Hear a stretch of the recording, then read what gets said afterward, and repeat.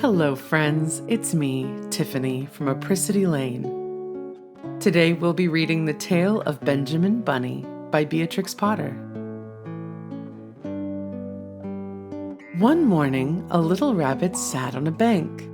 He pricked his ears and listened to the trit-trot of a pony. A gig was coming along the road. It was driven by Mr. McGregor, and beside him sat Mrs. McGregor in her best bonnet. As soon as they passed, little Benjamin Bunny slid down into the road and set off with a hop, skip, and a jump to call upon his relations, who lived in the wood at the back of Mr. McGregor's garden. That wood was full of rabbit holes, and in the neatest, sandiest hole of all lived Benjamin's aunt and his cousins, Flopsy, Mopsy, Cottontail, and Peter. Old Mrs. Rabbit was a widow. She earned her living by knitting rabbit wool mittens and muffetees. I once bought a pair at a bazaar. She also sold herbs and rosemary tea and rabbit tobacco, which is what we call lavender. Little Benjamin did not very much want to see his aunt. He came around the back of the fir tree and nearly tumbled upon the top of his cousin Peter. Peter was sitting by himself. He looked poorly and was dressed in a red cotton pocket handkerchief. "Peter," said little Benjamin in a whisper, "who has got your clothes?" Peter replied, "The scarecrow in Mr. McGregor's garden," and described how he had been chased about the garden and had dropped his shoes and coat. Little Benjamin sat beside his cousin and assured him that Mr. McGregor had gone out in a gig and Mrs. McGregor also, and certainly for the day because she was wearing her best bonnet. Peter said he hoped that it would rain. At this point, old Mrs. Rabbit's voice was heard inside the rabbit hole, calling, "Cottontail, Cottontail, fetch some more chamomile." Peter said he thought he might feel better if he went for a walk. They went away hand in hand and got upon the flat top of the wall at the bottom of the wood. From here they looked down into Mr. McGregor's garden. Peter's coat and shoes were plainly to be seen upon the scarecrow, topped with an old tam-o'-shanter of Mr. McGregor's. Little Benjamin said, "It spoils people's clothes to squeeze under a gate. The proper way to get in is to climb down a pear tree." Peter fell down head first, but it was of no consequence, as the bed below was newly raked and quite soft. It had been sown with lettuces. They left a great many odd little footmarks all over the bed, especially little Benjamin, who was wearing clogs. Little Benjamin said the first thing to be done was to get back Peter's clothes, in order that they might be able to use the pocket handkerchief. They took them off the scarecrow.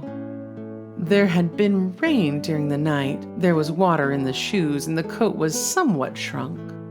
Benjamin tried on the tam-o'-shanter, but it was too big for him.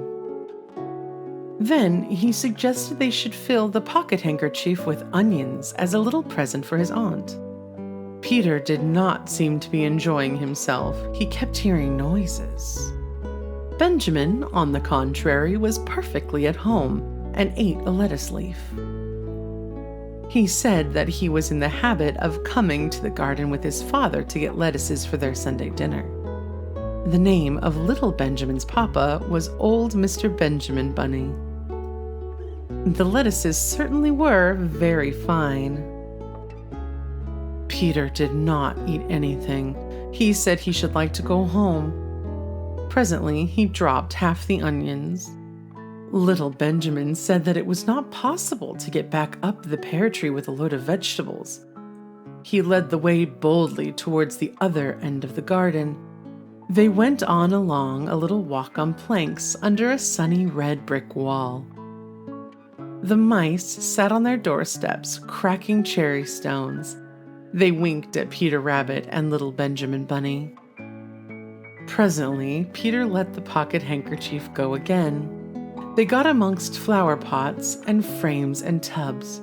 Peter heard noises worse than ever. His eyes were as big as lollipops. He was a step or two in front of his cousin when he suddenly stopped. This is what those little rabbits saw around the corner.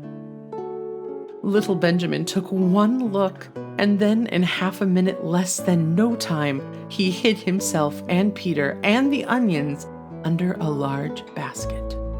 The cat got up and stretched herself and came and sniffed at the basket. Perhaps she liked the smell of onions. Anyway, she sat down upon the top of the basket. She sat there for 5 hours. I cannot draw you a picture of Peter and Benjamin underneath the basket because it was quite dark and because the smell of onions was fearful. It made Peter Rabbit and little Benjamin cry. The sun got round behind the wood, and it was quite late in the afternoon, but still the cat sat upon the basket.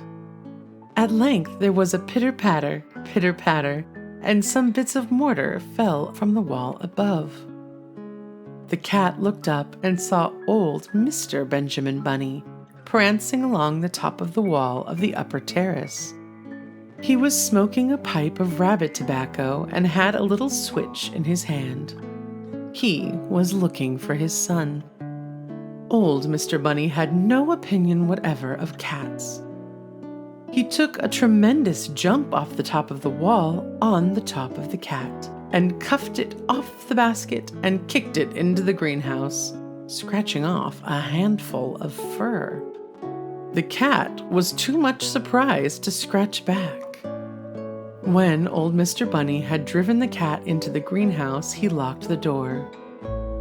Then he came back to the basket and took out his son Benjamin by the ears and whipped him with the little switch.